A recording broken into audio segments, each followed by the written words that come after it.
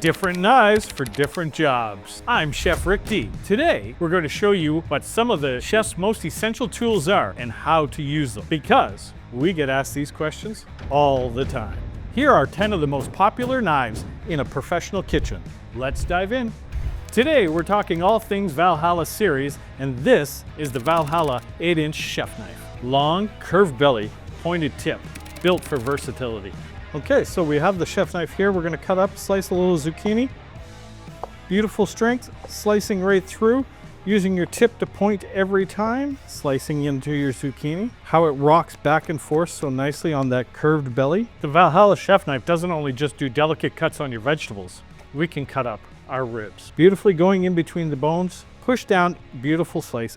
The Santoku, a really popular in Japanese cooking, shorter, flatter, and more compact than a chef's knife, usually about 6 to 7 inches, sometimes 5. Good for vegetables, so just easily flat, no curve, and goes down easily. Slicing, julienne all your peppers, nothing sticks to the side of it, beautiful cuts, even when you go to dice.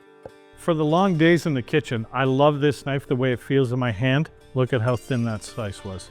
This is the Nakiri, the leaf cutter in Japanese. Compact, boxy, flat edge. Kinda like a mini cleaver. This is the pure vegetable and herb specialist, ideal for super precise push cuts, from onions to garlic. Beautiful slice, push down. You can just even do a nice dice with this. Push in, push down. See how nothing is sticking, and then dice. And away we go. Pushing down, precise, slightly, going down. It is boxy and flat, so when you have your garlic, beautifully crushes that garlic down for you. Love the Nakiri. The paring knife, usually your smallest knives at around 3.5 to 5 inches. It is your go-to for tricky little cuts. Your delicate cut work for delicate fruit like your strawberry. With the beautiful point, you can go in, gently carve out your core of your strawberry, then doing your delicate cuts with it. It's even versatile enough to help peel your apples when you're in the go. Now on to two knives that are often mixed up. The boning knife, the fillet knife. They look very similar, but the main difference is the flexibility, because one is used for heavier proteins, the other more delicate meats and fish. And this is the 7-inch fillet knife. It looks like the boning knife, but way more flexible. The primary use is fish. Leaning down, the flex, press it. You can gently hold onto your skin as you're gliding your knife through. I can feel it cutting up, all done by the flexibility of the fillet knife.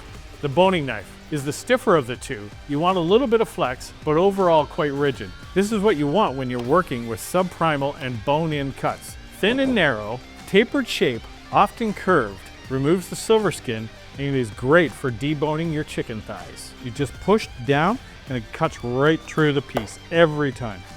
Pro tip, if you want to save hundreds of dollars on steak, in the long run, invest in a boning knife, then go and buy yourself some primal cuts and become a butcher at home. The slicer, or the slicing and carving knife, to give it its full name. Long blade, thin profile, designed to glide through large proteins in clean, even slices. If you do a lot of barbecue or cook a lot of roasts, one of these is a game changer for your presentation. Ultra thin, super juicy cuts. 9 to 14-inch blade, sometimes scalloped edge, some have a round tip, some are pointed. And here's how to use your slicing and carving knife like a pro. Use the full length of the blade. One nice long draw back and cuts. This full length use of the knife getting into the nice stir-fry cut steaks. Onto the powerhouses. The Bullnose butcher knife. Curved and powerful, this is your blade for butchering, sectioning, and breaking down large primals. Usually 10 to 12 inches, long blade, deep curve, pointed tip. And here's how to use a butcher knife like a pro. In between the meat, guide it down, one smooth cut all the way through. And finally, the cleaver. But not all cleavers are the same.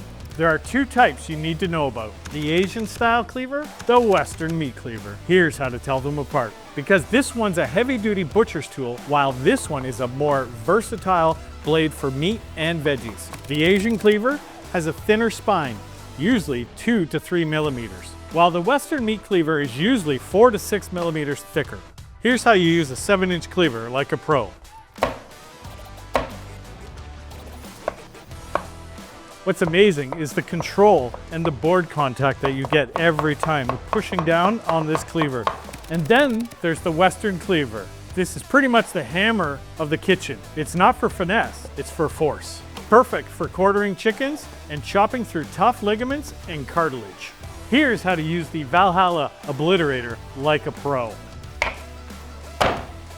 When you want to do primal cuts, the Obliterator cleaver is perfect for you every time. Cut through the joint rather than the whole bone.